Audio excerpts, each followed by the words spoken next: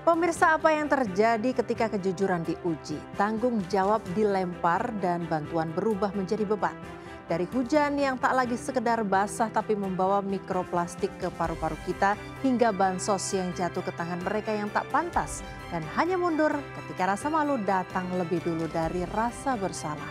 Dari kereta cepat yang melaju dengan utang yang tertinggal sampai pakaian bekas yang murah di pasar tapi mahal risikonya bagi kesehatan. Dan di tengah semua itu, seorang istri publik figur memilih diam saat hukum menyentuh rumah tangganya. 5 cerita, 5 wajah dari satu negeri. Satu pertanyaan yang sama, siapa yang seharusnya bertanggung jawab?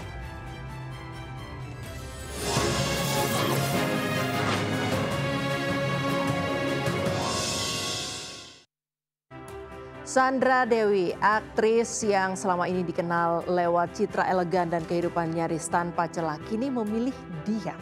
Ia mencabut gugatan keberatan atas penyitaan aset pribadinya oleh Kejaksaan Agung. Aset yang sebelumnya ia perjuangkan, kini dilepaskan begitu saja. Surat pencabutan itu dikirimkan ke Pengadilan Negeri Jakarta Pusat. Majelis Hakim menyatakan Sandra tunduk pada putusan hukum yang telah berkekuatan hukum tetap.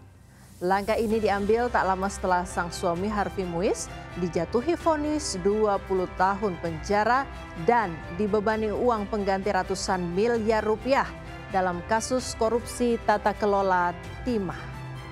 Aset Harvey dirampas untuk negara. Tapi tak berhenti di sana, 88 tas mewah, mobil, perhiasan hingga deposito atas nama Sandra Dewi juga ikut disita.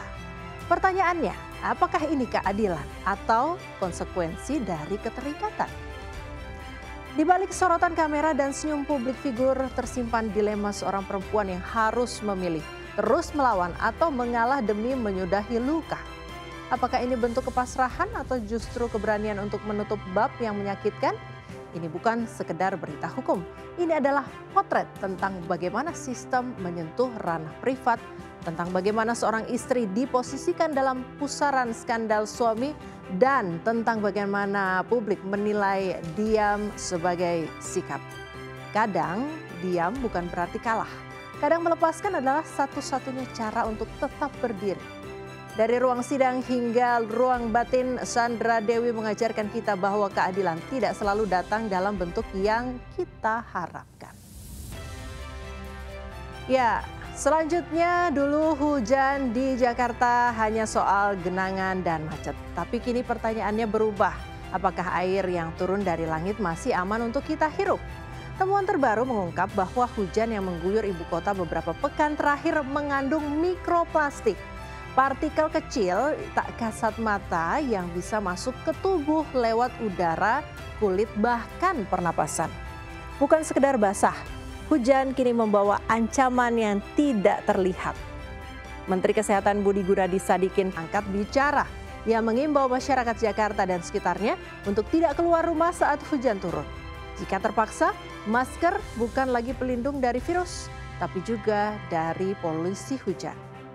Kita terbiasa menyambut hujan dengan payung dan jas hujan. Tapi apakah itu cukup ketika ancaman datang dalam bentuk partikel mikro yang tak biasa kita lihat, tapi bisa kita hirup? Di tengah hiruk-pikuk kota, hujan seharusnya menjadi jeda. Tapi kini ia berubah menjadi peringatan bahwa polusi bukan hanya soal asap kendaraan, tapi juga tentang langit yang tidak lagi bersih. Buat saya, buat masyarakat adalah bahwa ya kalau bisa yang paling aman melindunginya pakai masker kalau jalan di luar. Tapi kalau tidak, ya usahakan jangan jalan di luar sesudah hujan. Karena ini turunnya kan saya dengar dekat-dekat hujan. Apa yang kita kenakan bisa jadi bukan hanya soal gaya, tapi juga soal bahaya. Di balik tren pakaian bekas atau thrifting yang semakin digemari, tersimpan ancaman yang banyak tidak disadari. Dari risiko penyakit kulit, infeksi saluran pernapasan, hingga potensi penyebaran bakteri dan jamur, impor pakaian bekas ilegal kini menjadi perhatian serius dari pemerintah. Menteri Keuangan Purbaya Yudi Sadewa mengambil langkah tegas. Ia akan menertibkan praktek impor pakaian bekas ilegal dan mengancam memasukkan importir nakal ke daftar hitam secara permanen. Aturan baru pun disiapkan bukan hanya untuk menutup celah hukum, tapi juga untuk melindungi industri dalam negeri dan kesehatan masyarakat. Karena pertanyaannya kini bukan lagi murah atau mahal, tapi aman atau beresiko. Pakaian bekas yang masuk tanpa kontrol bisa membawa residu kimia, jamur, bahkan parasit dari negara asal. Dan ketika itu berpindah tangan di pasar-pasar kumuh, risiko kesehatan tak lagi bisa diabaikan. Disebut balpres itu kan, itu akan dilarang dan saya pernah bilang kan, tanya ke orang bea cukai apa hukumannya, hanya ditaruh di mereka, barangnya dimusnahkan terus orangnya dipenjara. Saya bilang saya rugi, cuma udah ngeluarin uang buat musnahin barang terus masih makan orang lagi.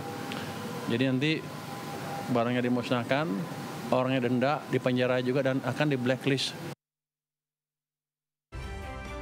Apa arti bantuan sosial jika yang menerima bukan mereka yang benar-benar membutuhkan? Apakah kita masih bisa menyebutnya keadilan jika yang berhak justru tersisih oleh yang mampu berpura-pura miskin? Di Kabupaten Kepahyang, Bengkulu, ratusan warga memilih mundur dari daftar penerima bansos setelah rumah mereka ditempeli stiker bertuliskan keluarga miskin. Stiker itu bukan sekedar label, ia adalah cermin yang memantulkan kenyataan dan kadang memunculkan rasa malu. Petugas mendatangi satu persatu rumah warga yang selama ini tercatat sebagai penerima manfaat. Di depan pintu, stiker itu ditempel dan di balik pintu banyak yang mulai berpikir ulang, apakah saya benar-benar berhak?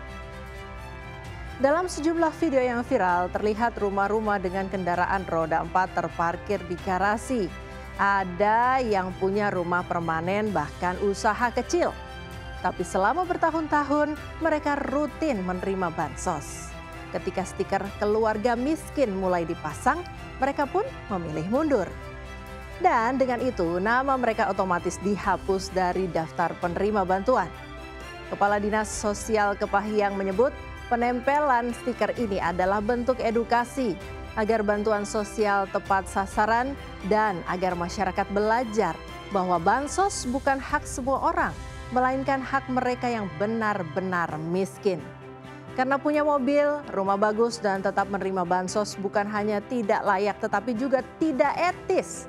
Malulah jika kita hanya mengandalkan belas kasihan negara, sementara ada yang lebih membutuhkan tapi tidak kebagian. Bantuan sosial bukan untuk mentas mengemis, ia adalah jaring pengaman terakhir bagi mereka yang tidak punya pilihan. Mengambil hak orang lain adalah bentuk kemiskinan yang sesungguhnya. Berikutnya pemirsa, pasca beroperasi proyek kereta cepat Jakarta-Bandung menyisakan utang fantastis 116 triliun rupiah. Angka yang tidak hanya membebani konsorsium BUMN, tapi juga membuat pemerintah pusing tujuh keliling. Menteri Keuangan Purbaya Yudi Sadewa menolak keras penggunaan APBN untuk membayar utang PT KCIC. Ia menegaskan tanggung jawab ada di pundak pihak swasta dan konsorsium. Tapi publik bertanya, jika proyek ini disebut strategis nasional, mengapa negara tidak ikut menanggung? Di balik saling lempar kewajiban, tersimpan dugaan yang lebih dalam. Dugaan markup biaya konstruksi yang membuat utang membengkak. Bandingkan saja proyek kereta cepat Haramain di Arab Saudi menelan biaya serupa, tapi untuk jalur sepanjang 450 km. Sementara Wush hanya 142 km dengan biaya hampir setara.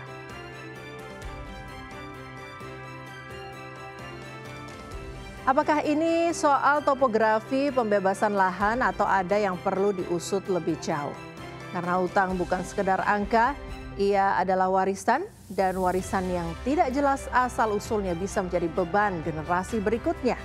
Siapa yang sebenarnya harus bertanggung jawab? Pemerintah, konsorsium, atau kita semua yang membayar lewat pajak? Kereta cepat seharusnya membawa kemajuan, Tapi jika transparansi tertinggal di stasiun, maka yang melaju bukan hanya teknologi, tapi juga potensi kerugian. Ini bukan utang yang nggak dibayar, kan pemerintah apa? Kalau dulu kan semuanya pemerintah yang tadinya begitu kan. Tapi ketika sudah dipisahkan dan seluruh dividen masuk ke Danantara, Danantara cukup mampu untuk membayar itu. Jadi bukan nggak dibayar utangnya, dibayar tapi Danantara bukan APBN. Negeri ini tidak kekurangan program, tapi seringkali kita kekurangan keberanian untuk berkata cukup. Cukup berpura-pura miskin demi bansos, cukup saling lempar utang tanpa transparansi, cukup menutup mata atas bahaya yang datang dari langit, dari pakaian, bahkan dari diamnya sistem. Karena keadilan bukan hanya soal hukum, tapi soal keberanian untuk jujur pada publik, pada negara, dan pada diri sendiri. Dari Jakarta hingga ke Pahyang, dari rel kereta hingga lorong pasar, dari langit yang tercemar hingga rumah yang ditempel stiker, kita sedang diajak bercermin. Kadang cermin paling jujur adalah berita itu sendiri.